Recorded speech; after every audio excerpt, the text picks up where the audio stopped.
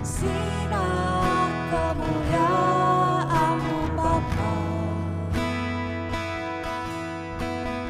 memenuhi sekelilingku. Merasakan hadirat-Mu yang tenggelamkan jiwaku. Ku ingin tetap tinggal bersama-Mu.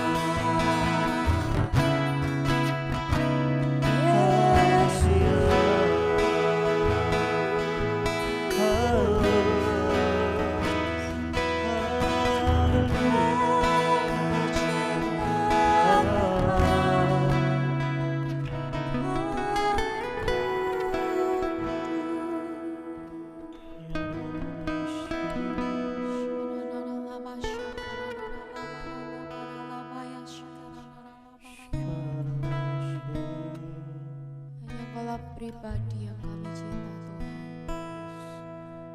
Hanya Kaulah Allah, satu-satunya pribadi yang tinggal dalam kehidupan kami. Yes, Tuhan. Amin. Father, we declare that we love you. We declare our everlasting love for you. Father, we declare that we love you. We declare our everlasting love for you. Father, we declare that we love you. We declare our everlasting love for you. Father, we declare that we love you. We declare our everlasting love for you. Father, we declare that we love you. We declare our everlasting love for you. Father, we declare that we love you. We declare our everlasting love for you. We declare our everlasting love for you. We declare our everlasting love for you.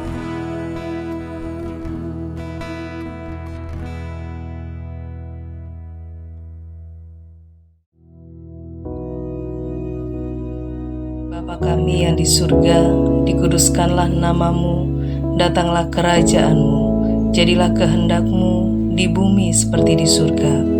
Berikanlah kami pada hari ini makanan kami yang secukupnya, dan ampunilah kami akan kesalahan kami, seperti kami juga mengampuni orang yang bersalah kepada kami. Dan janganlah membawa kami ke dalam pencobaan, tetapi lepaskanlah kami daripada yang jahat. Karena Engkaulah yang empunya kerajaan dan kuasa dan kemuliaan sampai selama-lamanya. Amin.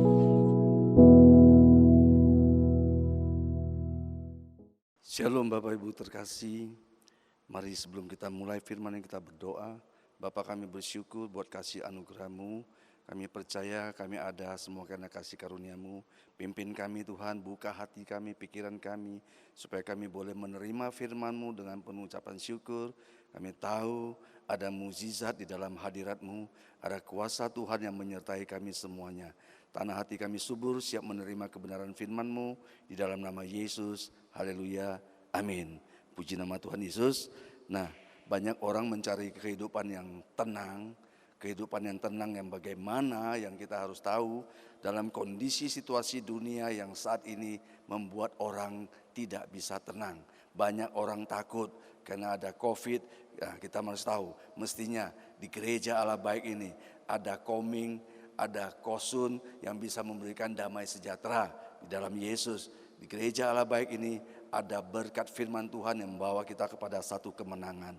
Kita buka di dalam 1 Tesalonika 4 ayat 11-12, saya sampaikan.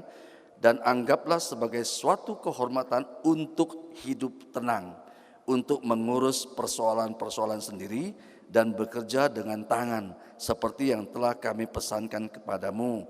Ayat 12, sehingga kamu hidup sebagai orang-orang yang sopan di mata orang luar dan tidak tergantung kepada mereka. Nah, dua ayat ini ada bisnis, ada semua rumah tangga kita, tapi kita tahu hidup tenang yang bagaimana yang Tuhan mau kita jalanin. Kita tahu di mana-mana buka radio COVID, buka TV COVID, di mana-mana COVID. Ayo kita beritakan firman, kita beritakan damai sejahtera. Ada Yesus bersamamu, ada firman. Setiap pagi kita kirim firman, setiap pagi kita buka WA. Segala yang menakutkan janganlah dibaca, lebih baik kita delete. Kita buang semuanya. Supaya apa? Kalau yang masuk itu baik, yang masuk itu kuat, keluarnya adalah kuat. Karena yang kita dengar kiri kanan adalah bencana, masalah, kematian. Yang keluar dari mulut kita itu semuanya yang tidak baik. Oleh sebab itu kita pagi ini mendengar kebenaran firman Tuhan. Kita tahu sesuatu yang baik masuk hati pikiran kita. Sesuatu yang baik ada di dalam kehidupan kita. Supaya setiap mulut kita keluar adalah berkat. Bukan kutuk. Dunia sedang terkutuk. Kita tidak mau. Kita adalah orang yang diberkati. Kita adalah orang yang di dalam anugerah Tuhan. Kita bukan menanti sakit penyakit. Karena kita orang sehat. Kita harus percaya ada firman menjamin. Oleh bilur-bilur Tuhan Yesus semuanya sembuh. Tidak ada kanker, tidak ada corona, yang ada Yesus bersama kita. Ayat ini mengatakan bahwa kita harus hidup tenang. Orang tenang pasti bisa berdoa. Kalau orang gelisah tidak bisa berdoa. Nah, hidup tenang menjelang kedatangan. Kalau kita baca lagi ayat 13 dikatakan selanjutnya. Itu ada korelasinya kepada dua ayat firman yang 1 Tesalonika 4 ayat 11-12 itu. Ada korelasinya. Artinya selanjutnya, sebelumnya itu dan selanjutnya. Nah, kita mau lihat bagaimana orang yang hidup bisa tenang. Orang yang hidup bisa tenang kalau dia ada di dalam hadirat Tuhan. Orang yang hidup tenang adalah apa? Bagaimana? Orang yang mau menyerah kepada Tuhan. Tidak bertindak dengan kekuatannya sendiri. Orang yang tenang, dia harus percaya kepada kekuatan firman Tuhan. Makanya kita harus percaya saat kita mendengar firman Tuhan. Itu membuat kita damai dan sukacita. Tapi kalau pikiran kita, pendengaran kita kepada sesuatu yang tidak baik. Yang masuk tidak baik, yang keluar pasti tidak baik. Tapi kalau yang masuk firman, yang keluar adalah firman. Oleh sebab itu yang paling penting dalam hidup tenang, orang cari ketenangan itu saat kita berada di dalam hadirat Tuhan. Ada kuasa firman Tuhan yang menyertai kita. Ada kuasa Tuhan yang memimpin kita. Semuanya kita harus tahu, pahami. Hidup tenang hanya satu. Menyerah kepada Tuhan. Kehendak Tuhan yang terjadi. Bukan kepintaran kita, saya minum ini, minum itu supaya sehat. Ada Yesus yang membuat kita sehat. Bukan makanan minuman itu, tapi saya kasih tahu, tekankan bahwa ada Yesus yang membuat damai sejahtera.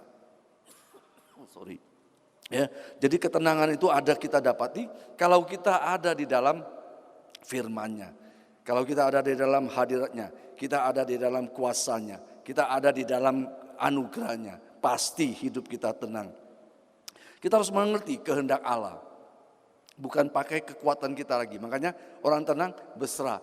Maumu apa Tuhan? Aku ikut.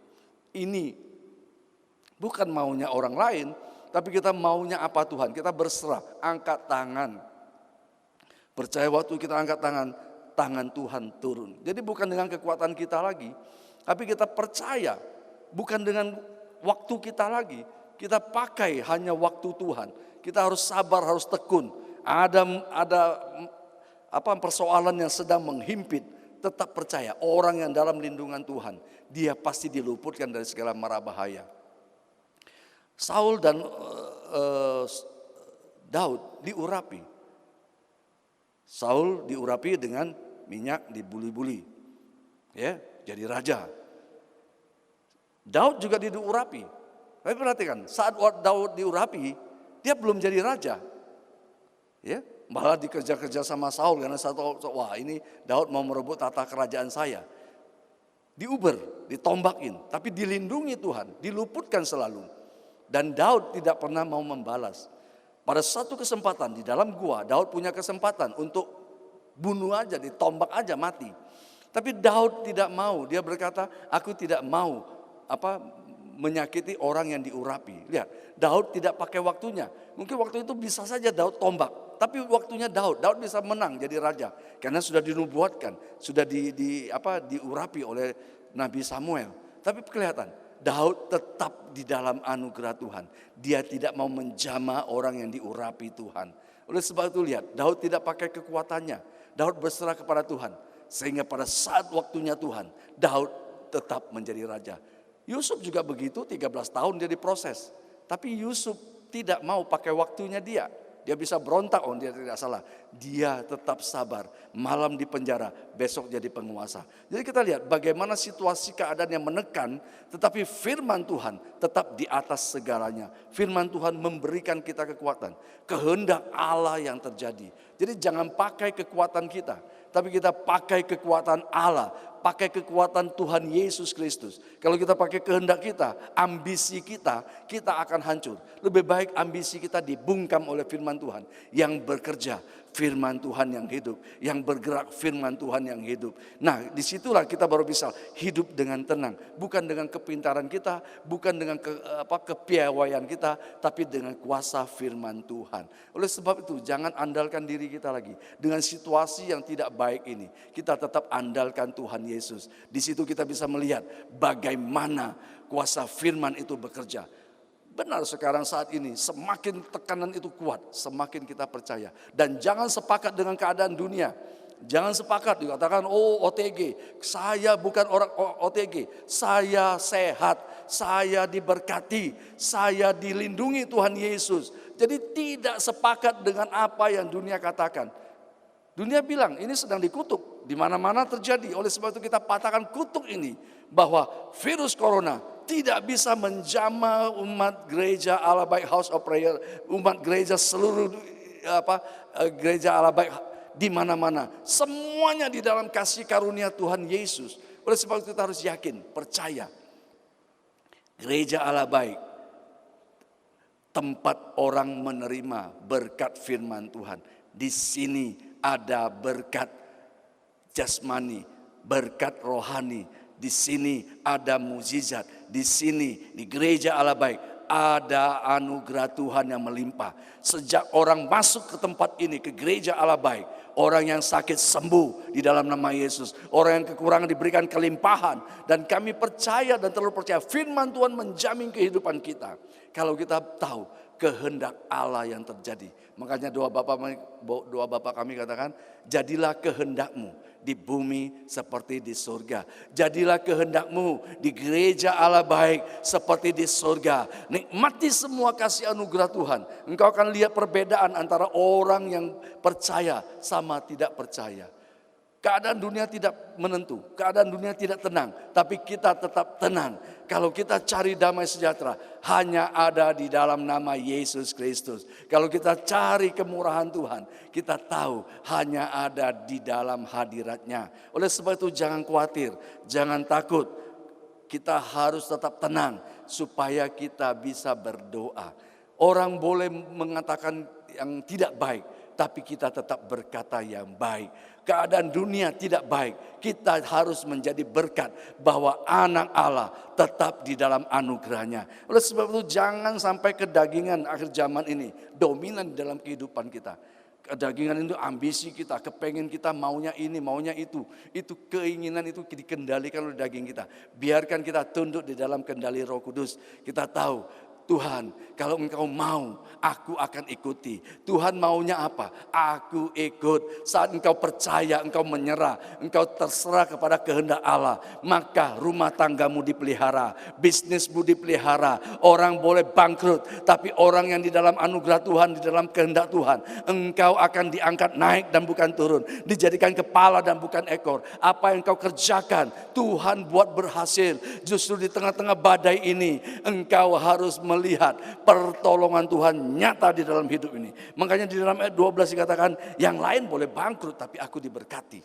Yang lain boleh susah tapi aku di dalam hadirat Tuhan, aku ada damai sejahtera, ada ketenangan di dalam hidup yang kita jalani. Oleh sebab itu bersyukur selalu setiap pagi.